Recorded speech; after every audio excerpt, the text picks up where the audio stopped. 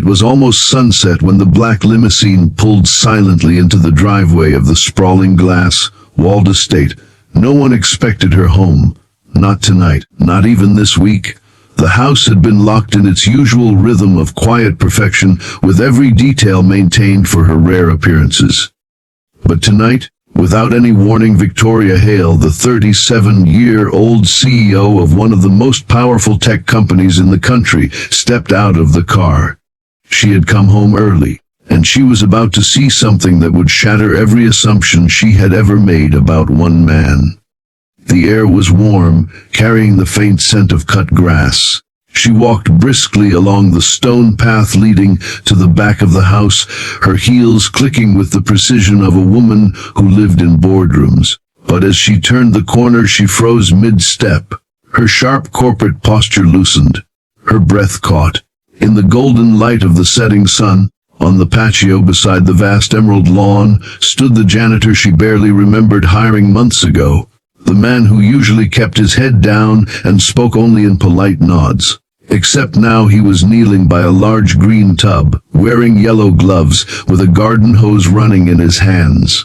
And in front of him, laughing so hard he could barely stand, was a little boy splashing water, clutching a tiny yellow rubber duck. The boy's laughter echoed against the marble walls of her home, a sound so pure it didn't belong in a house usually filled with silence. The janitor's face was lit with a warmth that startled her. He was smiling, not the polite, distant smile of an employee, but the deep, unguarded smile of someone who was exactly where they were meant to be. He wasn't just rinsing toys.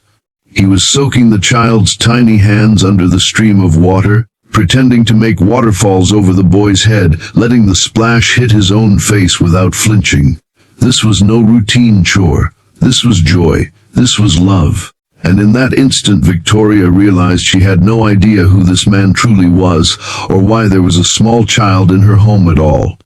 Before we go any further, if you believe in kindness, second chances, and the power of unexpected connections, please take a moment to like this video, share it with someone you care about, and subscribe to Kindness Corner. And don't forget to comment. Your words could inspire someone else to see the good in people.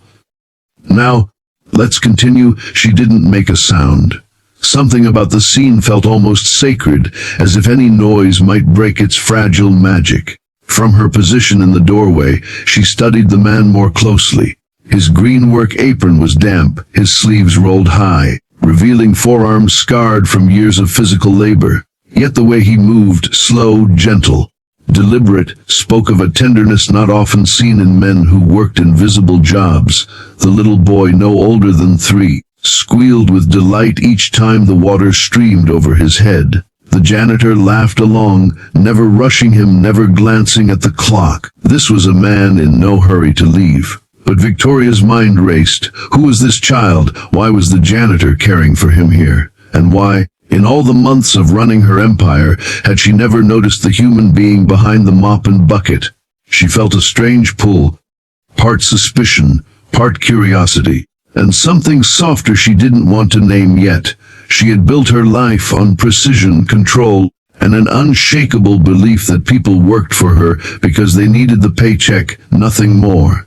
Yet here was one of her lowest paid employees radiating a richness she could not measure.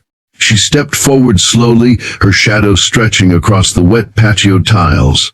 The janitor looked up, startled, and for a moment, their eyes locked. In that brief exchange, something unspoken passed between them, a flicker of vulnerability in him, and in her, an ache she didn't fully understand. And that was the moment everything began to change. The boy turned toward her, his big brown eyes widening at the sight of a stranger. He clutched his rubber duck closer to his chest, instinctively leaning toward the man beside him. The janitor, Michael, if she remembered correctly, straightened slightly, as if bracing for impact. There was something in his posture, a mix of respect and quiet fear, the kind that comes from years of being invisible to people in power. But Victoria's eyes lingered on the boy, not him. That face. There was something achingly familiar in it, though she couldn't place why. Michael's voice broke the silence, low and measured. "I didn't expect you back so soon, Miss Hale." The words hung in the air, polite but guarded. She didn't respond right away. Instead, she stepped onto the patio, feeling the warmth of the sun against her face and the cool splash of water that had spilled over the edge of the tub. The boy giggled again, this time at a tiny rainbow forming in the mist of the hose spray. Victoria felt an unexpected pang in her chest. She couldn't remember the last time she had stopped to notice something so small and beautiful. Her instinct was to demand an explanation, to remind him of professional boundaries, of the rules about unauthorized guests on the property. But something in his eyes stopped her. They weren't the eyes of someone caught doing wrong. They were the eyes of someone holding on to something precious, something they couldn't afford to lose. And without knowing why, she swallowed the sharp words that had been rising in her throat. Michael shut off the hose and gently lifted the boy out of the tub, wrapping him in a worn but clean towel. The boy squealed again, reaching for Michael's face with wet hands. "This is Jamie," Michael said quietly, almost reluctantly. "He's my son." The words landed like a small stone dropped into deep water. Victoria blinked, processing. She had no record of any employee's family, no knowledge of the lives they led beyond these gates. In her world, people's value was measured in productivity and precision. Children, messy emotions, and personal stories were things that belonged to other people's lives, not hers. Yet here was proof that every assumption she'd made about the man in front of her had been incomplete. He didn't wait for her to respond. Instead, he set Jamie down on a soft towel spread over the patio tiles, letting him play with the rubber duck. "I'm sorry if this is inappropriate," Michael continued, "but I didn't have anywhere else to take him today. His daycare called. There was an emergency and I couldn't leave him alone." His voice didn't tremble, but there was a quiet weight in it, a weight of a man used to carrying burdens without asking for help. Victoria looked past him toward the horizon, the golden light deepening into amber. Somewhere deep inside, an old ache stirred, a memory she kept buried under board meetings and quarterly reports. She remembered being 6 years old, waiting in a cold, empty kitchen for a father who never came home early enough. She remembered wishing that someone, anyone, would look at her the way Michael was looking at his son now. And for the first time in years, the CEO who could make billion-dollar decisions without blinking found herself unsure of what to say next. For a long moment, the only sound was Jamie's delighted babble as he made his rubber duck swim in imaginary waves on the patio tiles. Michael knelt beside him, helping him wrap the towel tighter, his large calloused hands impossibly gentle against the child's small frame.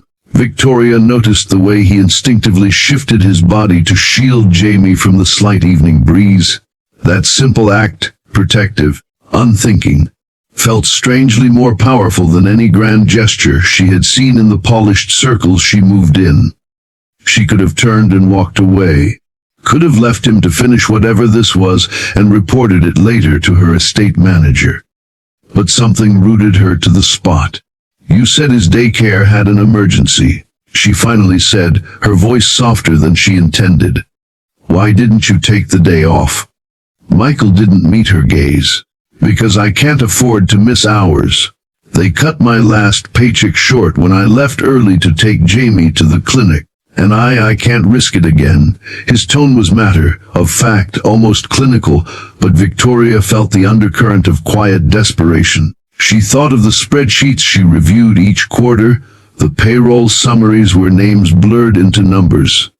Somewhere in there, under maintenance staff hourly, was Michael's name.